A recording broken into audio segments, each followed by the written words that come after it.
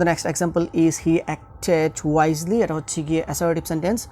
তার মধ্যে এসএনএসটা হচ্ছে গিয়ে অ্যাফার্মেটিভ, আর এসএনএসটাতে কোনো অক্সিলারি ভার্ব নেই।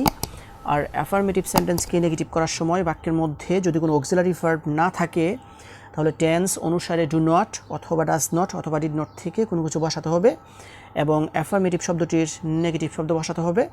সেজন্য আমাদেরকে এখন দেখতে হবে যে সেজন্য ডু নট অথবা ডাজ নট অথবা ডিড নট থেকে কোনো কিছু বসানোর আগে আমাদেরকে দেখতে হবে যে সেন্টেন্সটা কোন টেন্সে আছে।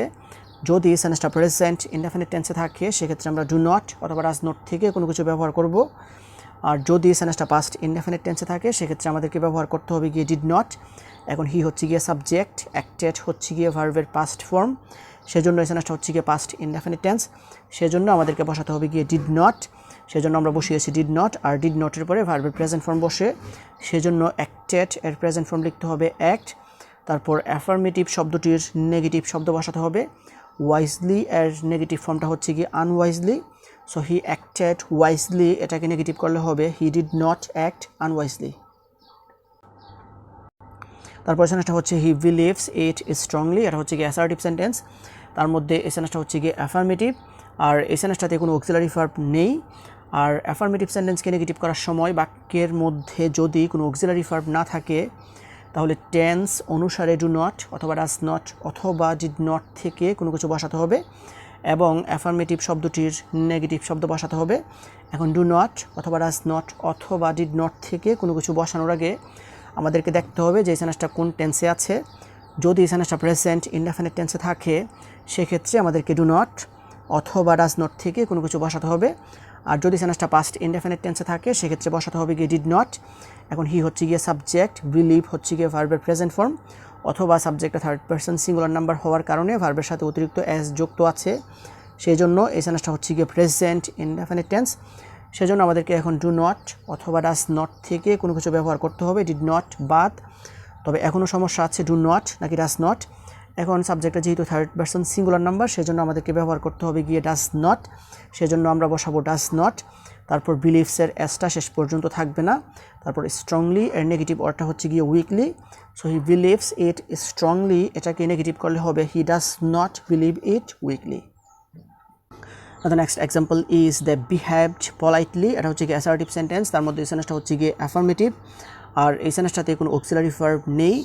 আর অ্যাফার্মেটিভ সেন্টেন্সকে নেগেটিভ করার সময় বাক্যের মধ্যে যদি কোনো অক্সিলারি ভার্ব না থাকে সেক্ষেত্রে আমাদেরকে টেন্স অনুসারে ডু নট অথবা ডাজ নট অথবা ডিড নট থেকে কোনো কিছু বসাতে হবে এবং অ্যাফার্মেটিভ শব্দটির নেগেটিভ শব্দ বসাতে হবে। এখন ডু নট অথবা ডাজ নট অথবা ডিড নট থেকে কোনো কিছু বসানোর আগে আমাদেরকে দেখতে হবে যে এই সেন্টেন্সটা কোন টেন্সে আছে।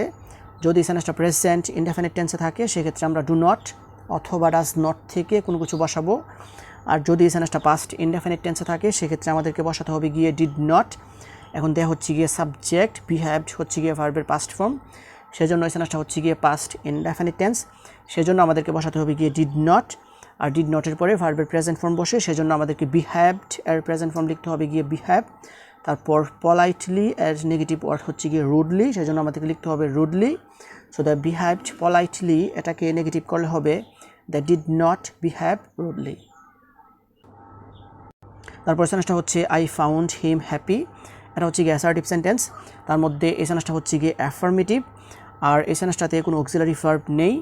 আর অ্যাফার্মেটিভ সেন্টেন্সকে নেগেটিভ করার সময় বাক্যের মধ্যে যদি কোনো অক্সিলারি ভার্ব না থাকে তাহলে টেন্স অনুসারে ডু নট অথবা ডাজ নট অথবা ডিড নট থেকে কোনো কিছু বসাতে হবে এবং অ্যাফার্মেটিভ শব্দটির নেগেটিভ শব্দ বসাতে হবে। এখন ডু নট নাকি ডাজ নট নাকি ডিড নট থেকে কোনো কিছু বসানোর আগে আমাদেরকে দেখতে হবে যে সেন্টেন্সটা কোন টেন্সে আছে। আই হচ্ছে গিয়ে সাবজেক্ট, ফাউন্ড হচ্ছে গিয়ে ভার্বের পাস্ট ফর্ম, সেজন্য এই সেন্টেন্সটা হচ্ছে গিয়ে পাস্ট ইনডেফিনিট টেন্স, সেজন্য আমাদেরকে বসাতে হবে গিয়ে ডিড নট, সেজন্য আমরা বসিয়েছি ডিড নট। তারপর ডিড নট এর পরে ভার্বের প্রেজেন্ট ফর্ম বসে, সেজন্য ফাউন্ড এর প্রেজেন্ট ফর্ম লিখতে হবে ফাইন্ড। তারপর হিমের পরিবর্তে নিচে বসাতে হবে হিম। তারপর হ্যাপি এর অপোজিট ওয়ার্ডটা হচ্ছে গিয়ে আনহ্যাপি, সেজন্য আমাদেরকে লিখতে হবে unhappy. So I found him happy এটাকে নেগেটিভ করলে হবে I did not find him unhappy. Now the next example is Jenny agrees with a decision, এটা হচ্ছে গিয়ে অ্যাসার্টিভ সেন্টেন্স। তার মধ্যে এই সেন্টেন্সটা হচ্ছে গিয়ে অ্যাফার্মেটিভ, আর তার মধ্যে এই সেন্টেন্সটাতে কোনো অক্সিলারি ভার্ব নেই। আর অ্যাফার্মেটিভ সেন্টেন্সকে নেগেটিভ করার সময় বাক্যের মধ্যে যদি কোনো অক্সিলারি ভার্ব না থাকে সেক্ষেত্রে আমাদেরকে টেন্স অনুসারে ডু নট অথবা ডাজ নট অথবা ডিড নট থেকে কোনো কিছু বসাতে হবে এবং অ্যাফার্মেটিভ শব্দটির নেগেটিভ শব্দ বসাতে হবে। এখন ডু নট বা ডাজ নট বা ডিড নট থেকে কোনো কিছু বসানোর আগে আমাদেরকে দেখতে হবে যে এই সেন্টেন্সটা কোন টেন্সে আছে। যিনি হচ্ছে যদি এই সেন্টেন্সটা প্রেজেন্ট ইনডেফিনিট টেন্সে থাকে সেক্ষেত্রে আমরা ডু নট অথবা ডাজ নট থেকে কোনো কিছু বসাবো। আর যদি এই সেন্টেন্সটা পাস্ট ইনডেফিনিট টেন্সে থাকে সেক্ষেত্রে আমাদেরকে বসাতে হবে গিয়ে ডিড নট। এখন যিনি হচ্ছে গিয়ে সাবজেক্ট, অ্যাগ্রি হচ্ছে গিয়ে ভার্বের প্রেজেন্ট ফর্ম অথবা সাবজেক্টের পরে ভার্বের সাথে একটা এস যুক্ত আছে, সেজন্য এই সেন্টেন্সটা হচ্ছে গিয়ে প্রেজেন্ট ইনডেফিনিট টেন্স। সেজন্যই আমাদেরকে এখন ডু নট অথবা ডাজ নট থেকে কোনো কিছু বসাতে হবে। আবার সাবজেক্টটা যেহেতু থার্ড পারসন সিঙ্গুলার নাম্বার সেজন্য আমাদেরকে বসাতে হবে গিয়ে ডাজ নট। তারপর অ্যাফার্মেটিভ শব্দটির নেগেটিভ শব্দ বসাতে হবে। অ্যাগ্রি এর নেগেটিভ অর্থ হচ্ছে গিয়ে ডিস অ্যাগ্রি, সেজন্য আমাদেরকে বসাতে হবে disagree. So Jenny agrees with a decision, এটাকে নেগেটিভ করলে হবে Jenny does not disagree with a decision.